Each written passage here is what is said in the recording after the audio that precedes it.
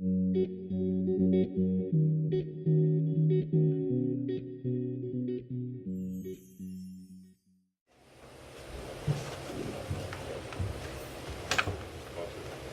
very important.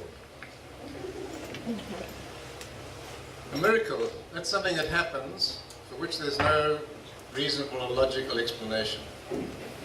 So what I'm going to be talking about for the next 10 minutes, I would suggest you just leave your minds aside and just listen with your hearts. Because what has been happening at Jehovah Jireh is something which is totally beyond the normal ability to understand. It's a home for abandoned and abused women and children in Alexandria, and it's run by Molly and Niels Bam, who, by the way, are an absolutely remarkable couple, very modest, low key, and so Molly should be doing this, but she's asked me to. And it's not, and she's also emphasized, this is not about Molly and Niels Bam, it's about what God is doing. That is a very important thing in their lives. And I want to just give you a little bit of her history. You can look it up on Facebook if you want to. And I haven't brought any pictures because if you look up on the website, which is there, you'll find much better stuff to look at. In the meantime, you can look at me.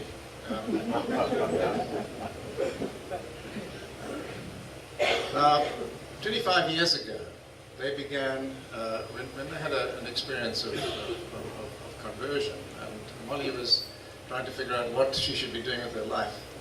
She discovered that the Lord said to her, she wants her to foster some children, which she then went to child welfare and got a few, rather problematic ones. But at a point in time, 5 babies were presented to her. They were filled with lice. They were dirty. They were just something she couldn't identify with. And she said to God, look, Molly Bam doesn't do this. And the Lord said to her, look at them through my eyes. And that, I think, is what we've been hearing this morning. We have to look at this all through God's eyes, not our own understanding or assessment. And as Molly often repeats, God told me to love the children and He would provide. And hence the name Jehovah Jireh, because that is what it means, God our provider. That's how they came to use the name. So that is the point 25 years ago where there was just no turning back. Niels, her husband, supported her fully, and they started to take in children that were basically left or dumped on them. I think you all know the Alexandria area at that time, 20 years ago, 25 years ago, started to decline, and there was a struggling pineapple and chicory industry, and as farm workers came off the farms to Alexandria in search of a living, the growing poverty and hardship hit the fabric of society hard. Now, this resulted in a lot of alcohol abuse. There was the AIDS epidemic, which added to the problem. There was drug abuse.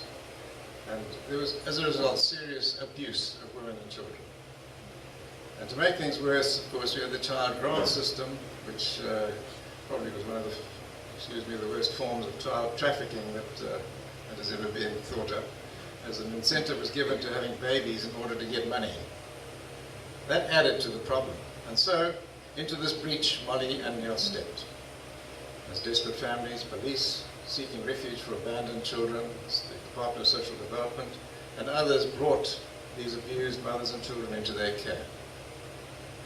Some of the mothers were brought into the community and became part of the community and were set up in rondavels and caravans around the main home in order to deal with the growing numbers of children.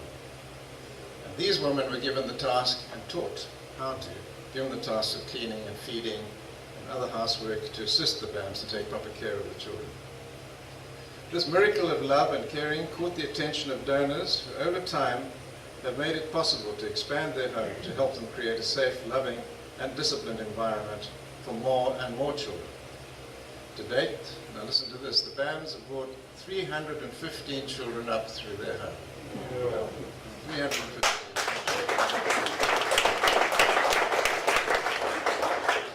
It's a number which quickly rolls off her tongue, and she can tell you the names of each and every one of them. So in 2011, a non-profit organization, Jehovah Jireh Haven, was established to support this work. And it was decided to develop a cluster foster home scheme on their farm. They have a farm, a small one. They subdivided a piece of that farm, and on that piece, the Jehovah Jireh Haven has now built 2 houses, 2 foster homes. And that accommodates a proportion of what really is a major problem. I mean, you can imagine in 2 of these homes, they're only allowed to take 6 children each, so they're 12 children. And at the peak of her intake, she had over 100. So it has made an impression, but still a lot more needs to be done. It was on this basis of that application that the Department of Human Settlements granted an amount which would enable us to build these 2 houses, foster homes, and there's potential to build 8 more on that same site. And that represents, apart from a few foster grants, the only financial assistance that the government has given. So they've managed to achieve all of this on donations, on the earnings of Niels as a mechanic, and because he fixes the tractors of various farmers, they allow him to shoot on their farms, and he gets meat to feed the children. Okay, recently the DSOD, the Department of Social Development, has changed its direction and made it their mission through the courts to repatriate and place children with family members in the community. Unfortunately, many of which go back into the same environment from which they were rescued in the first place. Initially, the priority was to provide a roof over their heads, to give food in their tummies, clothing, clean them up, and a health regime, because obviously that was very important to the local clinic, remembering that many of these children arrived with full-blown AIDS, which was the height of that time, and alcohol syndrome-related problems, which you can never underestimate, and to establish an environment of faith and hope for them. They have regular time of worship together, and they're very involved in the Life Christian Church in Alexandria. Now, we've heard about education this morning. I'm not going to spend much time on it, but it is very much a focus of attention at JJH. And to get their education and social development up and running as part of a program of developing the children. So we got them all into schools. They have uniforms, and most of them are doing very well. Of course, because of their rather strange backgrounds, some of them really do struggle. For the younger ones, the preschoolers, we've established we have a preschool, and it's a very effective creche, a beautiful little operation. And I think one of which we're very, very proud, and has done a great job of creating an environment, creating an ability for these children to go into schools and get up and running quickly. Many of them can already read by the time they go to this preschool. They're wonderful, they're wonderful. I think if you ever have a chance, go and have a look at that. It's a real joy to behold. Sandy, that would heart glad. For the older ones, to receive help with their homework and exam preparation, we've established a separate homework center. It's a separate building, which is run by 3 overseers. And of course, we have additional help coming in all the time. At the moment, we have 3 overseas visitors staying there who are assisting with all sorts of things at JJH, but much of their time is spent in the homework center. And it's been interesting to see how well motivated and successful are those who've progressed through the grades normally. And then, of course, as we heard earlier on, how dreadfully behind are those who've just been automatically pushed through the system or been neglected. To teach those children to even read at the age of 14 is a major, major effort. Now, the success of the Education Initiative is reflected in the fact that 5 of the JJH children are prefects at their respective schools this year. And one of our sponsored children, students, in fact, has been appointed as a prefect in the Christian Academy School in Alexandria next year. And I think that gives a real commentary. It gives us a feeling that this thing's working. To give some perspectives of the home, 5 years ago there were more than 100 children at JJH. At present there are only 69. Only. One home, 69. 39 of them, though, have mothers. That's biological mothers, because some of them came with their mothers, adoptive mothers or foster mothers. Okay, so we say they're in a family.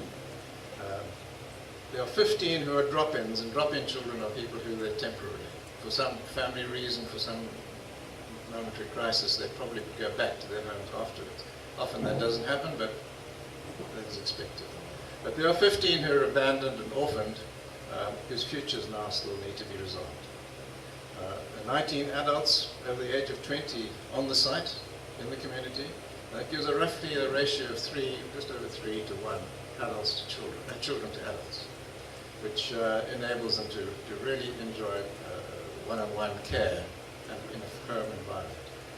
The foster homes are not yet registered because the only outstanding requirement for registration is in the hands of the DSOD, and for 2 years they've done nothing about it. It's a requirement for a registered child protection agency to take responsibility for oversight of the foster homes, and there's no one who is able to do that in Alexandria or willing nearby to take that on.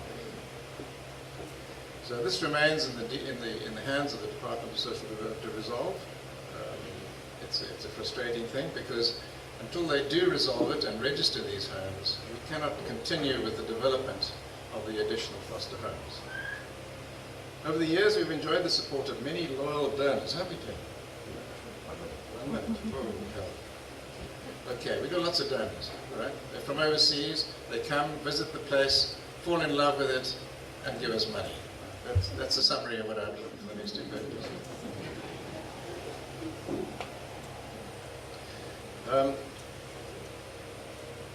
Niels and Molly readily acknowledged God's hand over them in response to their faith.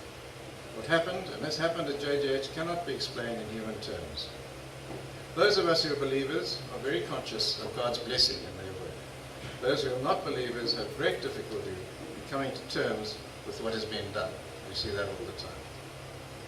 God is at work and has blessed them with an enormous family and its palpable love and support of each other. Literally hundreds of people are living better lives as a result of having been part of their home. And of course they themselves will then multiply the effect of that. There will be a knock-on effect as they raise children and do that responsibly by what they've learned in this home. Can you speak in the mic, please, because you... Sorry. The behavior of these children is exemplary. For those of you who know the home, it's absolutely astonishing how they help each other. Their behavior is just amazing. And there's an atmosphere of peace and security, lots of fun and laughter. And only a visit to JJH will enable you to understand this amazing operation. I can't tell you. You have to see it. It's a community which is quite unique. And they have, you know, when we leave church on Sunday, we say a prayer every time, and they have made this thing real. They've said that we offer ourselves as a living sacrifice in Jesus Christ our Lord. Send us out into the world to live and work to your praise and glory. And that is what that couple and all their helpers have done.